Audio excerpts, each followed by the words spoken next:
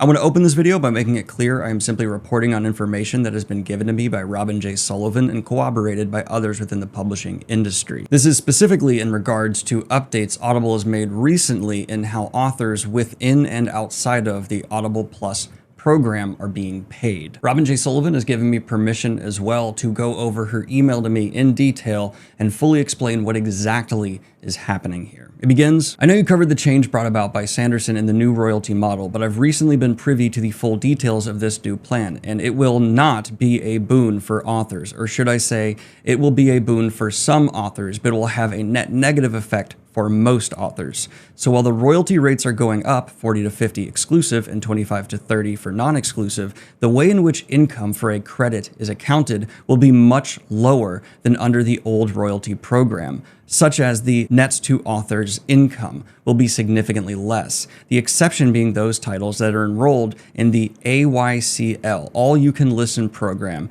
and have an established readership. In other words, the rich will get richer and the poor poorer. So to fully understand the context of what's happening here, if you are unaware, Audible has created a new program called Audible Plus, where you can listen to as many titles as you'd like from a smaller selection of books. But many of these books have been mainstream big successes, causing this program to be a rather large draw. Yes, you can take your credit to buy an indie book, but then throughout the month you can listen to all of these audiobooks. Except the way this system is being set up, the more audiobooks you listen to, the less money the author you actually spent your credit on will receive. As I'm sure you know, there are two models, Premium and Plus. The Premium plan gives you 1 credit a month to buy any premium title, and you can listen to any Plus titles as you want for free. The Plus plan has no credit and is significantly cheaper, $7.99 rather than $14.99. With Plus, you can listen to any of the non-premium content for that one low price, but you can't get any of the premium content unless you pay cash for it.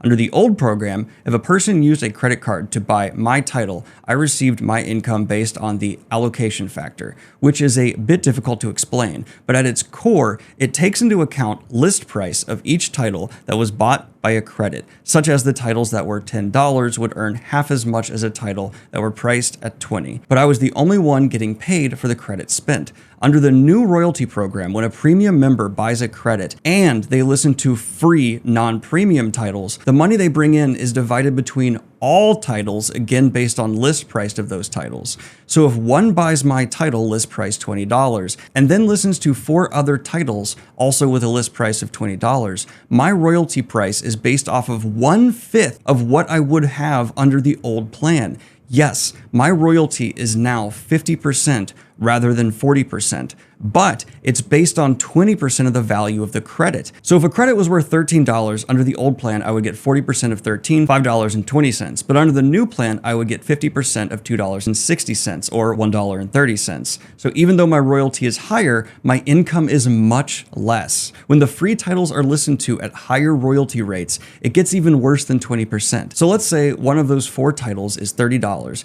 The percent of the credit for my sale would be 20 divided by 30 plus 20 plus 20 plus 20, 18.1% rather than 20.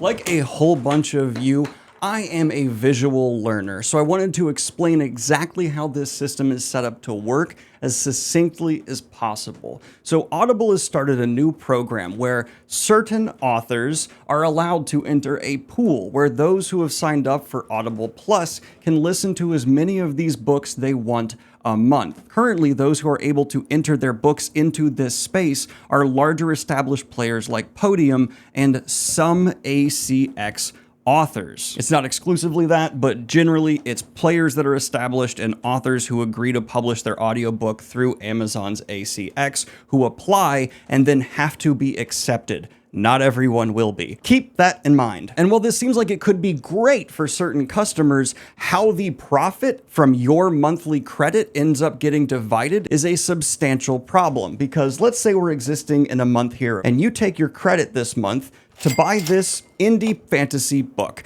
it's not in the pool because perhaps the author applied and was rejected, or they don't want to publish their audiobook through ACX, or a myriad of other reasons. Audible's been bragging about the fact that they've raised the royalty rates recently to 50%, which is still below the industry standard for digital content, by the way. The problem arises when your $10 credit is not entirely paid out towards this 50%, because as you listen to books that are within this plus pool, the profit from your $10 before it even hits that 50% is split. And so when you pay $10 for your credit that month, you think, okay, 50% royalty, the author I bought a book from is going to get $5. Except if you listened to 3 other books from the plus pool that month, they could instead be getting $3, $2. Hell, if you listen to enough, $1 in exchange for their full book, which I don't know about any other authors out there, isn't the amount I originally agreed to sell my book for on the platform. And while I am sure there was some update put somewhere for authors to see,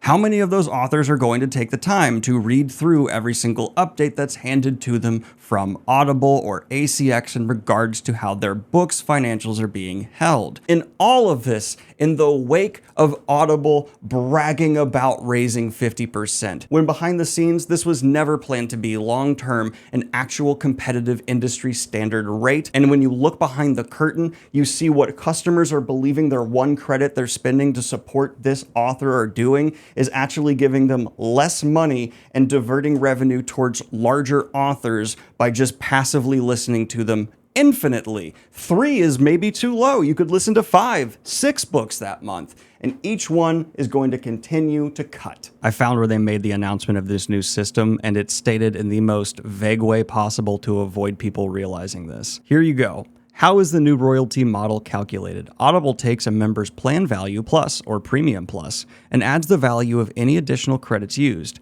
then divides that value among the titles the member listened to over the course of the month. That figure, multiplied by the contractual royalty rate, comprises a creator's royalty payment. Now, it is not guaranteed that additional credits will be used, which means one credit is then divided among everybody, and with royalty rates being 50% for exclusive distribution and 30% for non-exclusive, the more the overall profit gets divided, the less that 50 or 30% becomes. And so, summarizing all of this as simply as I possibly can from a consumer perspective, Audible is going to be rolling out 2 plans slowly for its customers to choose from. The first of which is going to be Plus, which has a large category of essentially streaming service type options available. You pay one flat rate every month, your selection is much smaller, but you can listen to as many of these books as you'd like to. Then there's Premium Plus, which has the same access to this catalog and 1 credit you can spend every month for a book outside of this catalog. You can also buy 1 credit if you have a Plus membership, not a premium. Now, whenever you do spend these credits, the problem comes in with how they are divided, because we assume, with them bragging about this rise to a 50% royalty rate, that the author we're spending that credit on is going to see 50% of the dollar amount of that credit, except that is not the case.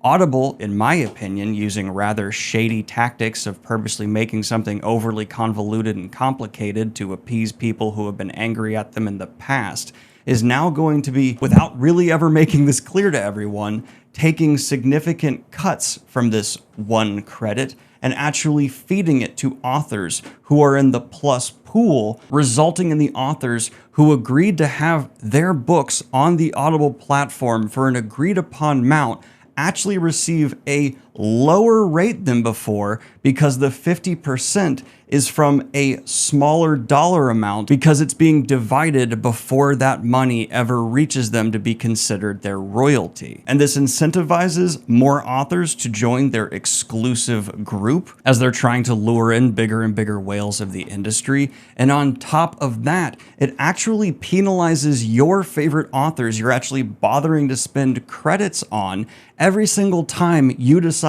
to read a book from the Plus catalog, essentially adding this bit of guilt to devalue the book that you're spending the credit on every month. And Robin J. Sullivan actually sent me a very reasonable solution to this problem in her email, and I don't know why this wasn't the case by default. This problem would be solved by having two separate pools, one for the premium titles where the allocation is the same that it has always been, and one for the AYCL Plus titles. I've written to the people at the highest levels about the fact that there really need to be two pools, and the new model is going to hurt the vast majority of authors, but I doubt it will do any good. After all, they've worked on this for years. And if any of this seems like just too crazy of a bit of an oversight here, Robin J. Sullivan was actually able to send me a slide from a presentation given within Audible that lays out exactly what I'm talking about here and shows the problem where you end up paying less money to an author who's expecting the full credit balance for the purchase of their book. And I don't want to assign malicious intent to any author who happens to be in this pool that is siphoning from other authors. I'm sure many of them were not aware of exactly how the system was set to work out